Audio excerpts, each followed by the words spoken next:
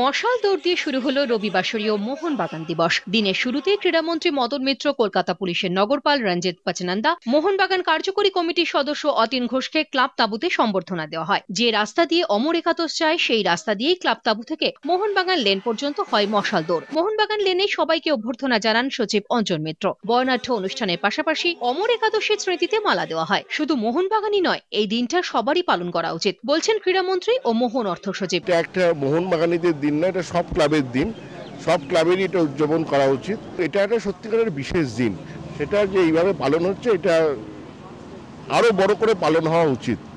মোহনবাগান মানে ভারতবর্ষের ইতিহাস, মোহনবাগান মানে স্বাধীনতা, মোহনবাগান মানে গোটা দেশ।